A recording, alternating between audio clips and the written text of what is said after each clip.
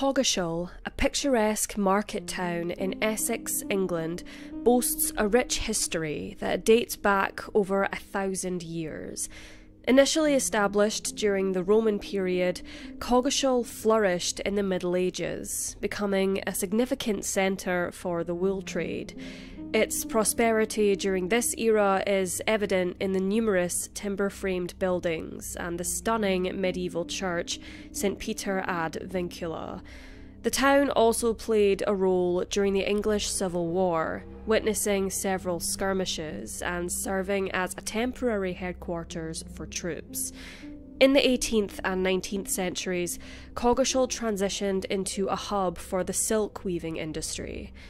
In 1983, the town was home to 41-year-old Dr. Robert Jones and his third wife, Diane, who lived at Lee's Farm on Colchester Road. 35-year-old Diane was a social worker who worked in Braintree, which is a town located approximately 9 miles west of Coggeshall.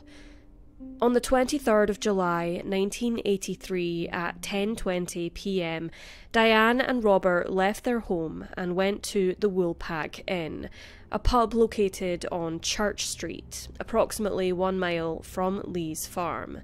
The couple did not stay long and left the pub at around 11 p.m, with witnesses describing Diane as being highly intoxicated. Diane was last observed at the front gate of their house, having exited the car while Robert parked it and took care of their dog. For days, not a soul saw Diane Jones. For reasons unknown, her husband Robert didn't report her missing until the 1st of August, 9 days since Diane was last seen alive. Essex police sprung into action and began their investigation into the disappearance of the 35-year-old, treating her vanishing as suspicious.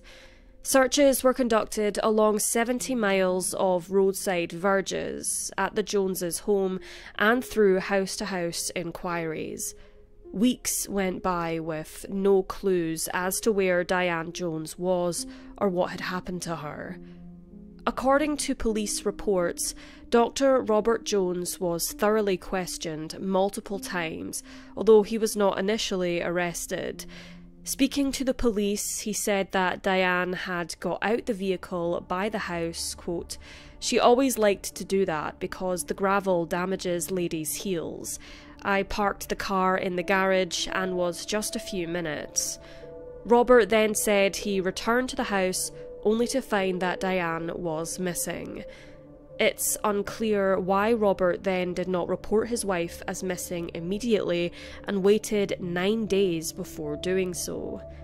3 months after she disappeared, on October 22nd, 1983, at around 3:30 p.m, Diane Jones's decomposed body was found in a copse in Martlesham by the A1093, approximately 30 miles away in Brightwell, by a beater during a pheasant hunting shoot at Sheepdrift Farm.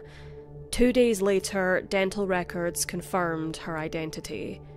The post-mortem confirmed that her skull had been fractured in 4 places, and the injuries suggested she had been struck with a weapon resembling a slater's hammer, featuring a long spike on one side and a square hammer on the other. During the post-mortem, it was also discovered that when Diane died, she was 2 months pregnant. Home Office pathologist Geoffrey Gresham indicated that the warm summer of 1983 suggested her body had been there since July or August. Police were now treating Diane's case as a murder investigation. Detective Chief Superintendent Eric Shields of Suffolk Constabulary led a large-scale investigation to find the killer, involving both Suffolk and Essex police forces. What occurred on the night she was last seen was made a little clearer when witnesses gave testimonies to detectives. At the Woolpack Inn, several witnesses reported that Diane and Robert appeared to be arguing.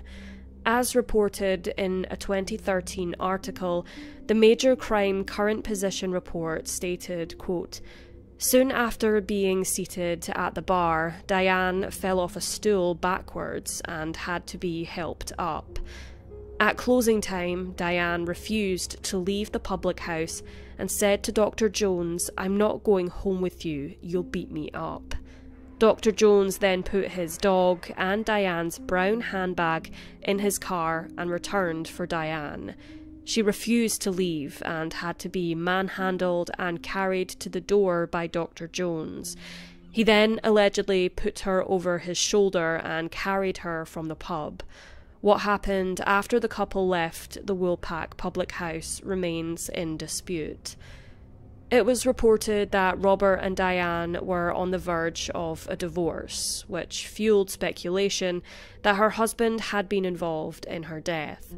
Robert was subsequently arrested on November 14th, 1983, and released on bail 2 days later. According to the police report, the Director of Public Prosecutions, also known as the DPP, subsequently concluded that there was insufficient evidence to pursue charges against Dr. Robert Jones. His former wife and surgery receptionist, Sue Smith, as well as Paul Barnes from Malden, were also briefly held but released without charge. Robert faced another arrest on June the 16th, 1990, and was questioned at Ipswich Police Station following the discovery of, quote, "fresh evidence in the case." However, after consulting with the Crown Prosecution Service, Robert's bail was revoked. Throughout the investigation, Robert consistently maintained his innocence, both publicly and during police interrogations, denying any involvement in his wife's murder. According to the East Anglian Daily Times, there was speculation about a possible connection between Diane Jones's murder and that of Don Wakefield in Buxton, Derbyshire in 1982. This information was reviewed, but authorities determined there was inadequate evidence to reopen the investigation into Diane Jones's case. Renewed efforts have been made to examine forensic evidence, pursue new leads, and interview additional witnesses. Investigations have extended to France and focused on identifying a potential murder weapon. It was reported in June of 2023 that Dr. Robert Jones died in France a few months earlier at the age of 80, taking any knowledge he potentially had regarding Diane's murder to the grave. A spokesperson from Suffolk Police noted that his death had narrowed the focus of the investigation, but assured that the team would continue to pursue all possible leads. Dr. Robert Jones was the only person ever arrested in the case, and affirmed that there were no other individuals under suspicion. Andy Guy, Unsolved Case Team and Major Crime Review Manager, stated in 2023, quote, "We had been making some positive progress in the case of Diane's murder, and were unearthing new information even after all this time. The death of the suspect in this inquiry means it is unlikely we will be able to progress much further now, as we are not currently looking for anyone else in connection with this crime. Unfortunately, we were unable to reach the evidential threshold required for a prosecution for murder on 2 separate occasions. This case will remain with our team.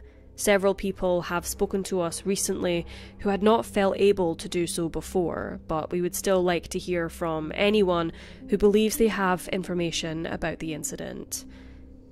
If you have any information regarding the murder of Diane Jones, you can contact Norfolk and Suffolk Major Crime Review and Unsolved Case Team on 01953 423 819, Norfolk and Suffolk Police on 101, or Crimestoppers on 0800 555 111.